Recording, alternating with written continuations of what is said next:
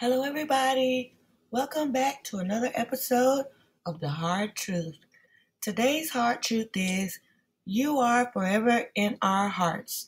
And that quote is from me to Xana, Ethan, Maddie, and Kaylee. I'm sure everyone who's been following the Idaho 4 case agrees that these kids deserve justice. Not a sham or a hung jury, but justice.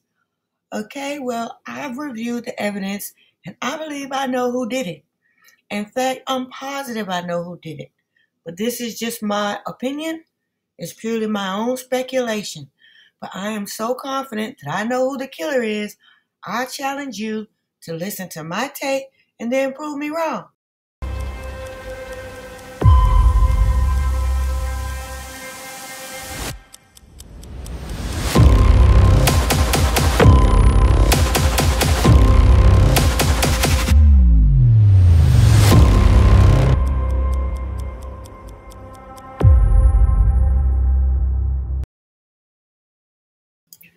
Let's start with the sheath.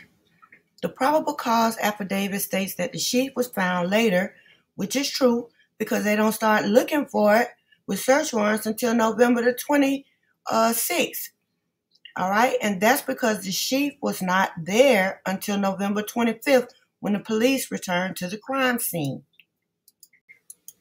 This is the search warrant for the knife sheath, the knife and the sheath from Amazon, dated November 26th. And the reason they started looking for it on November the 26th is because they had just found it on November the 25th when they returned to the crime scene.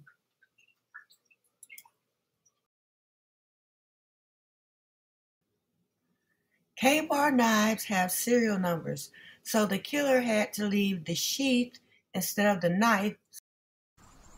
Since the knife was planted and discovered after November the 13th, this eliminates Brian and Eden because only law enforcement could get back in the house after November the 13th.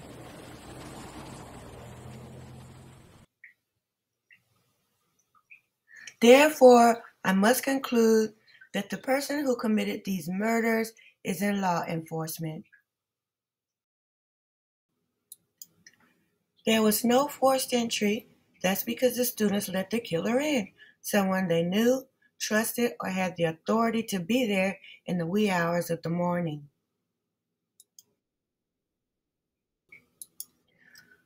Papa Rogers is the police officer who planted the sheath.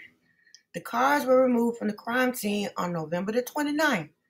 On November the 30th, he posted this. Of the evidence released, the murder weapon has been consistent as a large fixed blade knife. This leads me to believe they found the sheath. This evidence was released prior to autopsies. Only the killer and the police knew about the sheath. And in this case, they're one and the same. Okay?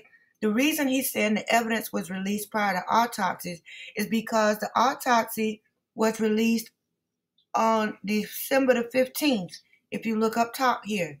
So essentially he's saying the sheath was known about before the 15th, or in other words, the 13th, the last time they were in the house. So he's covering his tracks because he knows that the sheath should have been found on the 13th, but it wasn't. It was found the second time they went to the house when he planted it. So this is just covering his tracks, okay? And he's posing as Papa Rogers. He knows that this person looks just like Brian Kohlberger, and we're going to get to that next. But Papa Rogers is actually the police officer. Some may say, well, why would the policeman pick Brian to frame? First of all, he looks just like Papa Rogers.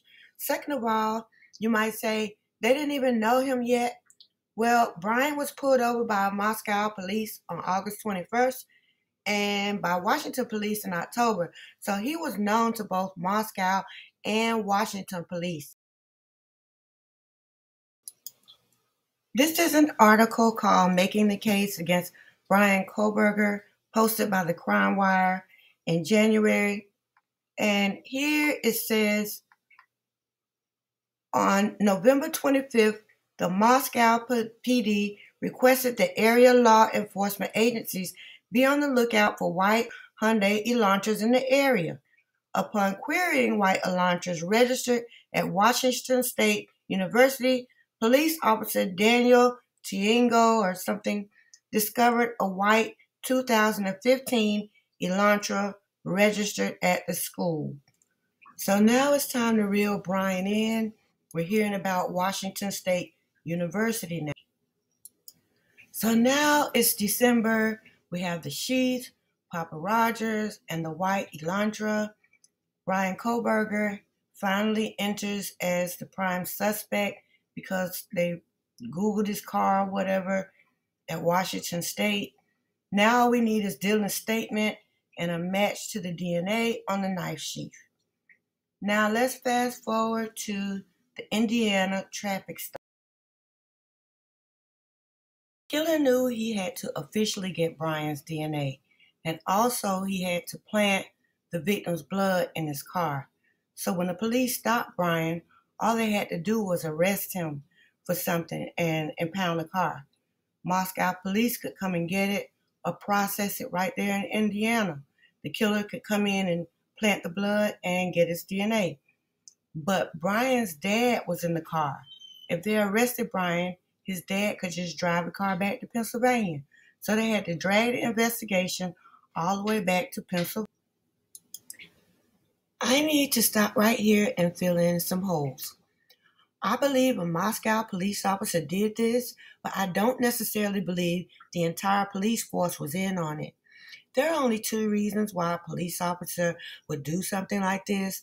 Either Mr. Campbell was right, the universities are worrying, and WSU paid the police officer to cause the University of Idaho this grief, or the police officer is a serial killer and he did this as a lone wolf. Well, which one is it? I know which one it is, and I'll tell you in the next episode.